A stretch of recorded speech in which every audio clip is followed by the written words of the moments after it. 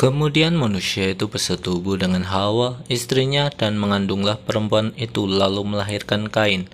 Maka kata perempuan itu, "Aku telah mendapat seorang anak laki-laki dengan pertolongan Tuhan." Selanjutnya dilahirkannya lah Habel, adik Kain, dan Habel menjadi gembala kambing domba, Kain menjadi petani. Setelah beberapa waktu lamanya, maka Kain mempersembahkan sebagian dari hasil tanah itu kepada Tuhan sebagai korban persembahan.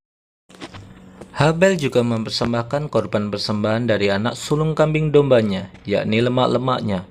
Maka Tuhan mengindahkan Habel dan korban persembahannya itu. Tetapi Kain dan korban persembahannya tidak diindahkannya. Lalu hati Kain menjadi sangat panas dan mukanya muram. Firman Tuhan kepada Kain, "Mengapa hatimu panas dan mukamu muram? Apakah mukamu tidak akan berseri jika engkau berbuat baik? Tetapi jika engkau tidak berbuat baik, dosa sudah mengintip di depan pintu. Ia sangat menggoda engkau, tetapi engkau harus berkuasa atasnya." Kata Kain kepada Habel adiknya, "Marilah kita pergi ke padang." Ketika mereka ada di padang, tiba-tiba Kain memukul Habel adiknya itu, lalu membunuh dia. Firman Tuhan kepada Kain, "Di mana Habel adikmu itu?" Jawabnya, "Aku tidak tahu. Apakah aku penjaga adikku?" Firman-Nya, "Apakah yang telah kau berbuat ini? Darah adikmu itu berteriak kepadaku dari tanah. Maka sekarang terkutuklah engkau, terbuang jauh dari tanah yang mengangakan mulutnya untuk menerima darah adikmu itu dari tanganmu. Apabila engkau mengusahakan tanah itu, maka tanah itu tidak akan memberikan hasil sepenuhnya lagi kepadamu. Engkau menjadi seorang pelarian dan pengembara di bumi." Kata Kain kepada Tuhan, "Hukumanku itu lebih besar daripada yang dapat kutanggung. Engkau menghalau aku sekarang dari tanah ini, dan aku akan tersembunyi dari hadapanmu, seorang pelarian dan pengembara di bumi. Maka barang siapa yang akan bertemu dengan aku, tentulah akan membunuh aku." Firman Tuhan kepadanya, "Sekali-kali tidak. Barang siapa yang membunuh Kain akan dibalaskan kepadanya 7 kali lipat." Kemudian Tuhan menaruh tanda pada Kain supaya ia jangan dibunuh oleh barang siapapun yang bertemu dengan dia. Lalu Kain pergi dari hadapan Tuhan dan ia menetap di tanah Nob, di sebelah timur Eden.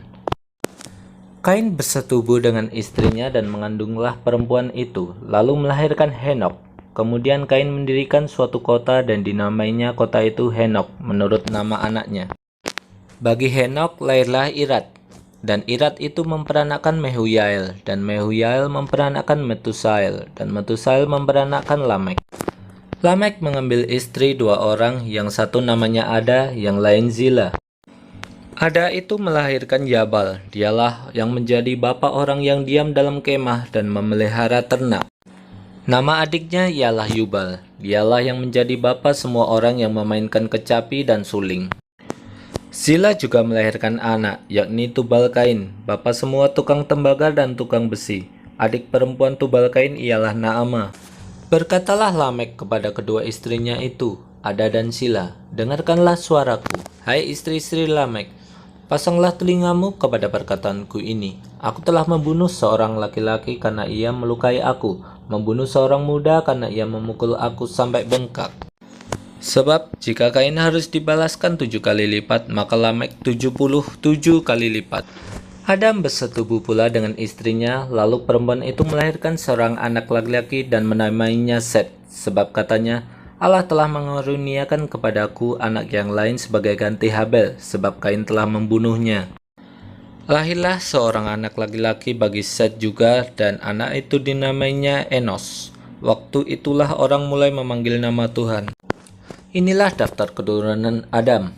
Pada waktu manusia itu diciptakan oleh Allah, dibuatnyalah dia menurut rupa Allah.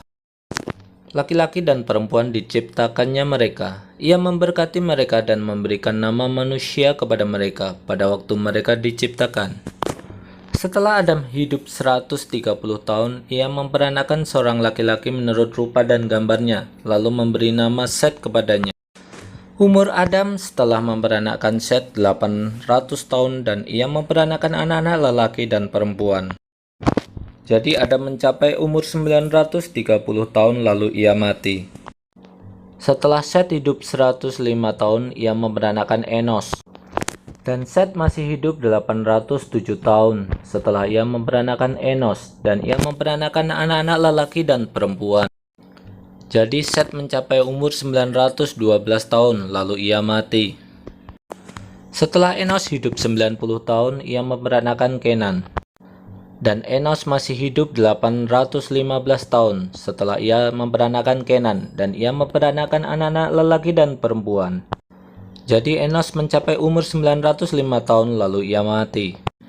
Setelah Kenan hidup 70 tahun, ia memperanakan Mahalalel.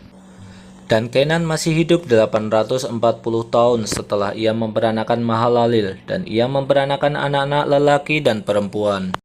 Jadi Kenan mencapai umur 910 tahun lalu ia mati. Setelah Mahalalel hidup 65 tahun, ia memperanakan Yared. Dan Mahalalel masih hidup 830 tahun setelah ia memperanakan Yared, dan ia memperanakan anak-anak lelaki dan perempuan. Jadi Mahalalel mencapai umur 895 tahun lalu ia mati. Setelah Yared hidup 162 tahun, ia memperanakan Henok. Dan Yared masih hidup 800 tahun setelah ia memperanakan Henok, dan ia memperanakan anak-anak lelaki dan perempuan. Jadi Yared mencapai umur 962 tahun lalu ia mati. Setelah Henok hidup 65 tahun, ia memperanakan Metusalah. Dan Henok hidup bergaul dengan Allah selama 300 tahun lagi setelah ia memperanakan Metusalah, dan ia memperanakan anak-anak lelaki dan perempuan. Jadi Henok mencapai umur 365 tahun. Dan Henok hidup bergaul dengan Allah, lalu ia tidak ada lagi sebab ia telah diangkat oleh Allah. Setelah Metusalah hidup 187 tahun, ia memperanakan Lamek. Dan Metusalah masih hidup 782 tahun setelah ia memperanakan Lamek, dan ia memperanakan anak-anak lelaki dan perempuan. Jadi Metusalah mencapai umur 969 tahun lalu ia mati. Setelah Lamek hidup 182 tahun, ia memperanakan seorang anak laki-laki dan memberi nama Nuh kepadanya. Katanya, anak ini akan memberi kepada kita penghiburan dalam pekerjaan kita yang penuh susah payah di tanah yang telah terkutuk oleh Tuhan. Dan Lamek masih hidup 595 tahun setelah ia memperanakan Nuh, dan ia memperanakan anak-anak lelaki dan perempuan. Jadi Lamek mencapai umur 777 tahun lalu ia mati. Setelah Nuh berumur 500 tahun, ia memperanakan Sem, Ham, dan Yafet. Ketika manusia itu mulai bertambah banyak jumlahnya di muka bumi, dan bagi mereka lahir anak-anak perempuan, maka anak-anak Allah melihat bahwa anak-anak perempuan manusia itu cantik-cantik. Lalu mereka mengambil istri dari antara perempuan-perempuan itu, siapa saja yang disukai mereka.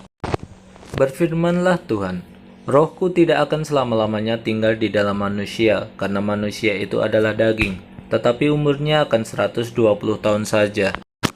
Pada waktu itu orang-orang raksasa ada di bumi, dan juga pada waktu sesudahnya, ketika anak-anak Allah menghampiri anak-anak perempuan manusia, dan perempuan-perempuan itu melahirkan anak bagi mereka. Inilah orang-orang yang gagah perkasa di zaman purbakala, orang-orang yang kenamaan.